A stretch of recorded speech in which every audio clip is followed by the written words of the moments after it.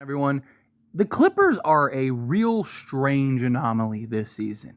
In one case, you could look at it and go, man, how the mighty has fallen. In the other case, this team is incredibly talented, and you're just like, you could see them absolutely winning an NBA championship.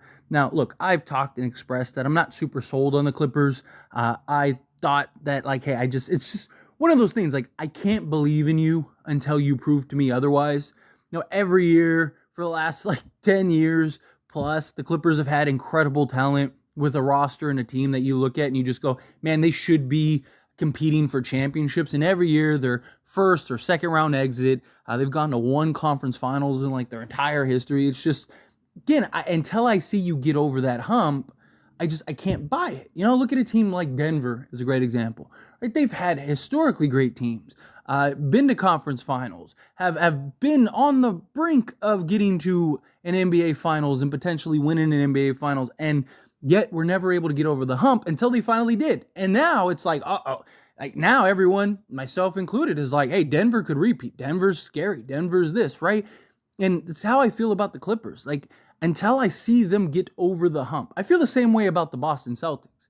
Right? Every year, Boston's the best team. They're the team to beat in the East. Every year, they're in the conference finals or the NBA finals. And every year, they just fall short. Something happens, or Jason Tatum doesn't show up, or, whatever. They just get beat, and they fall short of the ultimate goal. Same way I feel about the Clippers. Clippers, when they first traded for James Harden, there was a lot of concern, right? They started 0-6, and it's just this team is a disaster. This team is a mess.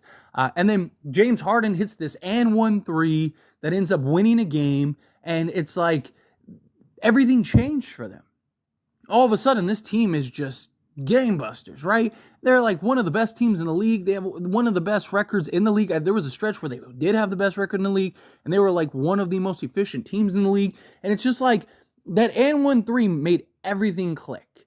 Right? And then they just hit this stretch where they just, I don't know, they just have really kind of just been hot and cold and very dysfunctional at times. And I'm not talking about behind the scenes stuff like that, although the Paul George thing, which we'll touch on here in a moment, could potentially be a distraction. But they seem cohesive. They seem like they're having a good time, but there's just it's even the silly antics, right?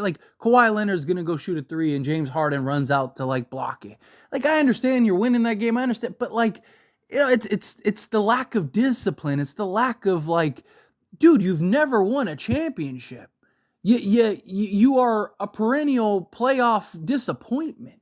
I mean, James Harden, more times than not, has completely disappeared. The only guy that has any cred is, guess what? The guy you were trying to block in Kawhi Leonard. And that's a big question with this team. What do they look like in the playoffs? Talent-wise, if you stack up their roster, they are one of the most insanely deep rosters in the league. I mean, genuinely, they have 8 to 10 guys that you can count on a regular basis. They got, they don't have huge size, but they got good size compared to many of the teams in the league. They match up well against most teams in the league. You got 3 guys that could basically just go off for 30 and win a playoff game by themselves. Right? It's just, you look at the team and you're just man, they could be incredible. But it just feels one, something's missing or there's something going on. Right? Now, again, Paul George could be that issue. A lot of questions right now about this potentially being Paul George's last stint with the Clippers, that after this season he is gone. Clippers, based on reports, were trying to trade him in the past offseason. The New York Knicks supposedly had a deal done. They just decided, hey, you know what? We don't want to do it because they felt like it was too rich for Paul George, given his injury history, his age, things like that, which is very surprising for the Knicks, which is, you could look at it as hey, that's actually an improvement for the Knicks, because the Knicks, they're always that team that's taking on the aging, injury-prone star and just doesn't work out. It seems like the Knicks are a team that they're willing to be patient. They're willing to be okay, but you can't tell me Paul George was super thrilled about that. Kawhi Leonard, he's locked up. James Harden, you don't see them letting him go. The idea was hey, Steve Ballmer, he's getting a new arena, right? Clippers will be in a new home next season. You want the star power. I mean, there was even talks of how serious is this about winning a championship and more so about just getting a bunch of names on the back of the jersey to sell tickets at a new stadium. And like I've said, and I still believe it doesn't matter what the names are behind. To an extent, yes. But that only lasts so long. If you're not winning, people don't care. Right? Like, you could have a superstar studded lineup, right? And if you go nowhere, guess what? People don't care, right? So my thing is like a great example that just popped in my mind is was it 2021 Lakers, 2021-22 Lakers, the one where they had Russell Westbrook, Dwight Howard, Carmelo Anthony, LeBron James, Anthony Davis. Like, you look at that roster, and on paper, it's like every player you grew up with that you loved, and you're like, man, I get an opportunity to go see all these guys like in one shot, right? And like, yeah, they were way past their prime. Yes, that team was terrible, but that's my point, right? Like, you had a bunch of big names on a jersey that year, and after a while, at first, it's awesome. At first, all the hype, all the talk, all the excitement, right? People are, you're selling out every night. I mean, the Lakers are the Lakers, so they're going to sell it regardless. But, my point is that, like, they ended up just being a bunch of names on the jersey that had no success. They even missed the playoffs. And it's just like, I'm not saying the Clippers are going to miss the playoffs, but again, they have an underachieving season this year. And then they go to a new arena. Like, yes, people are going to be excited for the new arena, but how long does that last? A year? 2? At some point, people are going to be like, okay, well, you're not winning, and it's just going to be the same result. And you're going to be in the same position you're in right now, which is like, hey, we're not attracting enough of the attention. Right now, they believe it's because they're sharing an arena with the Lakers. But guess what? It's very possible that it's just they're not doing anything. They're not successful. Right? Like, they're successful in the sense of like the regular season, but at some point you need to have some playoff success. So you have that issue, and then you add in Paul George and that noise, and it's like a lot of times you see these types of things be real distractions. A lot of times you see these types of things kind of be the noise that can be. Again, these guys are all veterans. These guys are all professionals, and like, it hasn't really affected Paul George's play, but I'm sure there's murmurs and talks in the locker. I'm sure there's questions. I'm sure he's even like, okay, so clearly I'm the odd man out, right? It's something, it's noise that is noise.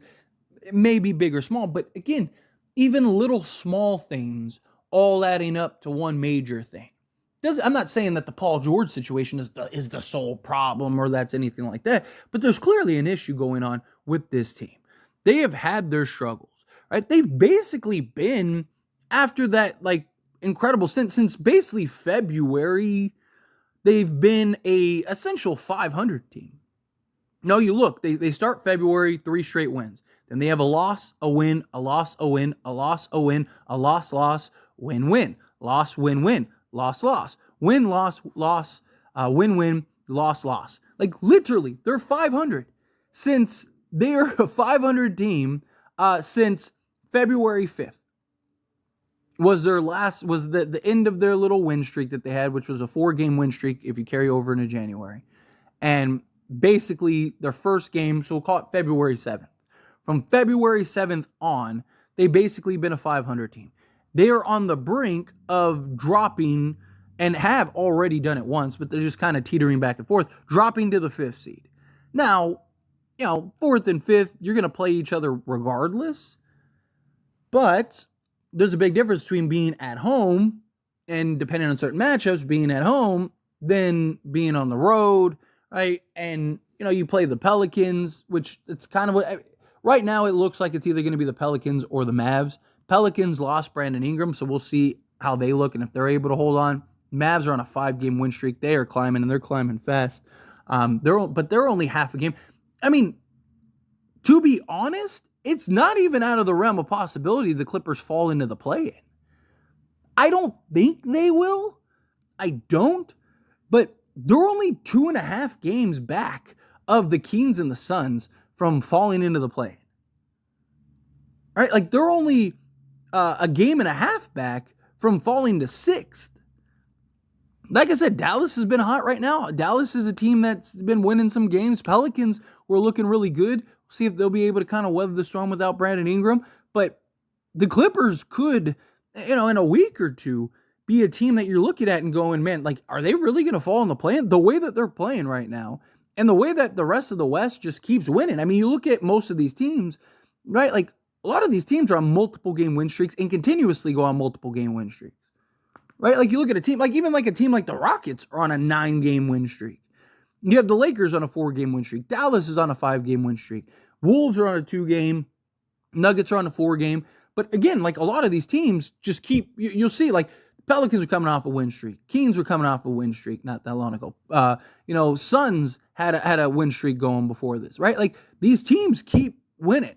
And if the Clippers just keep basically being a 500 team or worse the rest of the way, all of a sudden you could be looking up and going like, uh-oh, right? Like seriously, they have what? They have 3, 6, 9, 10, 11 games left. I mean, if they go say 6-5 or 5-6, depending on how it shapes up, that could be a real issue. And I mean, they play like some of these teams they play the Kings, they play the Suns twice. Right? So, again, Phoenix is only 2.5 back. If Phoenix beats the Clippers both of those times, the Clippers could be looking at the play-in. Sacramento, again, is only 2.5 games back. They lose to Sacramento and the Kings. Guess what? The Clippers could be looking at the 7th or 8th seed. And that's not what they planned on doing. And it wasn't that long ago that this team looked like they were the best team in the league. It wasn't that long ago that this team looked like a team that was just running through the league. And it was like, uh-oh, here they are. Here they come. But again, it goes into what I said earlier. I don't believe in this team. I can't buy into this team until I see success. Because, again, every year they're a team that you can make a genuine argument. Literally, going back to Lob City, there were years where you're just like, okay, this team easily could win a championship. There's times where you literally, like, it's like, man, like, they should win a championship. Then you have years where they're up like 3-1 and they blow it. And not just this current Clipper team, not minus James Harden, but, the Kawhi Leonard, Paul George era, blowing 3-1 leads. But you're also talking about, like, Lob City blowing 3-1. I mean, there's multiple occasions where it looked like the Clippers were going to get there. Multiple times where it was like, okay, Clippers are there. And multiple times they just fumbled it. I mean, the Denver series, the Dallas series, where Luke could just sit there torching them. Like, it's just, there's a lot of just like disappointment with the Clippers. And it's like, is this finally going to be the year, or is it just going to be more of the same? We're going to find out. But anyway, as always, this is a discussion. I pass the question on you. Let me know your thoughts and opinions down in the comments below. What do you think? How do you feel? What are your thoughts on the Clippers? What are your thoughts on this team? Do you think that Paul George is a distraction? Do you think, like, nah, this team will be fine? They're coming.